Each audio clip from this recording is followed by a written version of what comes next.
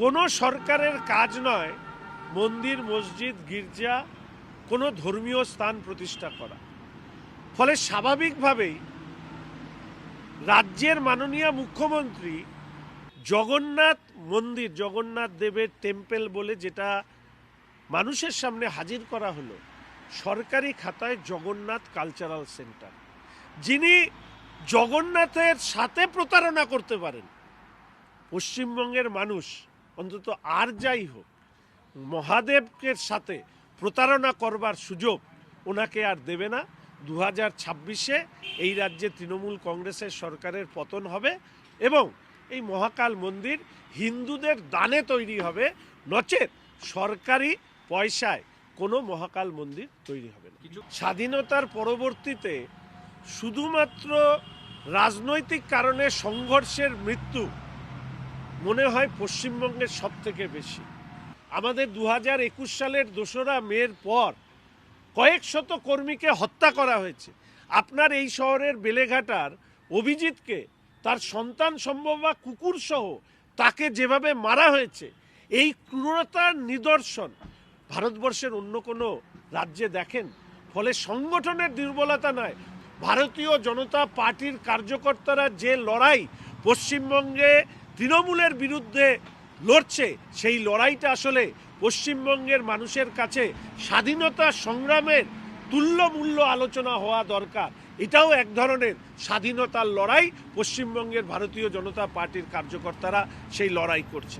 নির্বাচন কমিশনের একটা গাইডলাইন আছে, তারা সেই গাইডলাইন অনুযায়ী যাদের ডাকার তারা ডাক পাবেন।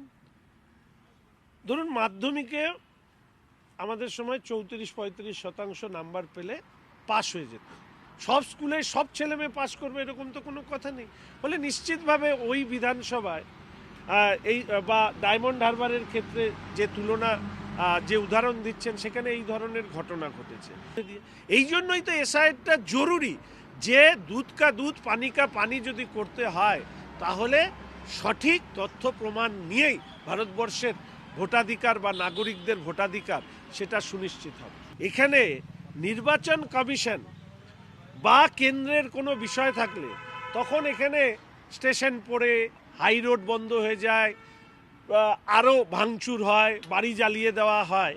কিন্তু এই রাজ্যের অদ্ভুত নিয়ম হচ্ছে 26,000 ছেলে চাকরি চলে গেল, যে নেতাগুলো টাকা খেয়ে চাকরি হারার ব্যবস্থা করে দিল এই শিক্ষকদেরকে, সেই নিয়ে এই আন্দোলন কিন্তু হয় না। এর থেকে একটা জিনিস বোঝা যায় যে এই আন্দোলনগুলো তৃণমূল দ্বারা সংগঠিত হচ্ছে।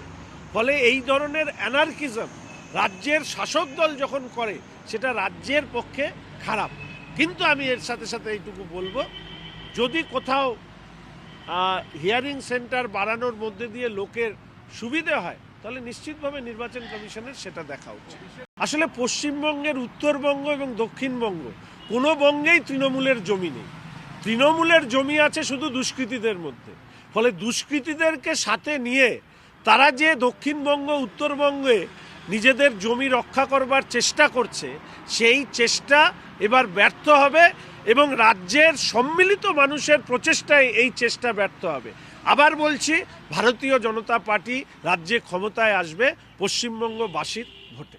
যে রাজ্যে অভিষেকের মতন একজন রাজনৈতিক ব্যবসায়ী তোলাবাজ, সে আমার রাজ্যের মানুষকে জ্ঞান দেয়, যে রাজ্য রবীন্দ্রনাথ নজরুলের পরিচয়ে পরিচিত, যে রাজ্যে ক্ষুদিরাম বোস থেকে নেতাজি সুভাষচন্দ্র বোস থেকে শুরু করে স্বাধীনতা সংগ্রামের লড়াইয়ে আমরা আলোকিত, সেই রাজ্যে অনুব্রত আরাবুল অভিষেকদের মতন ব্যক্তিদের বাণী আমাদের শুনতে হয়। ফলে স্বাভাবিকভাবেই এই ধরনের হুমকি ভারতীয় জনতা পার্টির কার্যকর্তাদের কাছে অত্যন্ত সাধারণ বিষয়।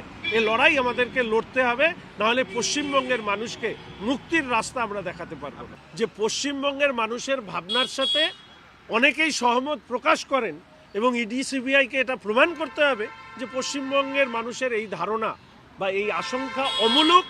তারা তাদের নির্দিষ্ট লক্ষ্যে পৌঁছানোর ক্ষেত্রে তারা বাস্তবোচিত পদক্ষেপ গ্রহণ করছে। অত্যন্ত উদ্বেগজনক, ইতিমধ্যে কেন্দ্রীয় স্বাস্থ্যমন্ত্রী সম্মানীয় জেপি নাড্ডা মহাশয় রাজ্যের মুখ্যমন্ত্রীর সাথে কথা বলেছেন। রাজনৈতিক দল রাজনৈতিক বিরোধিতা করবে, থাকবে। স্বাস্থ্য ব্যবস্থা ভেঙে পড়েছে, সেই নিয়ে আমাদের 50টা প্রশ্ন থাকবে। কিন্তু কোনো একটি সংকটের সময়, বিশেষ করে নিপা ভাইরাস যার ইনফেক্টিবিলিটি অনেক হাই, এই ধরনের ক্ষেত্রে কেন্দ্র রাজ্য সবাই মিলে এই নিপা ভাইরাস তাকে প্রতিরোধ করা, তাকে অ্যারেস্ট করবার কাজ আমরা সবাই মিলে করব, এই আশাই রাখি।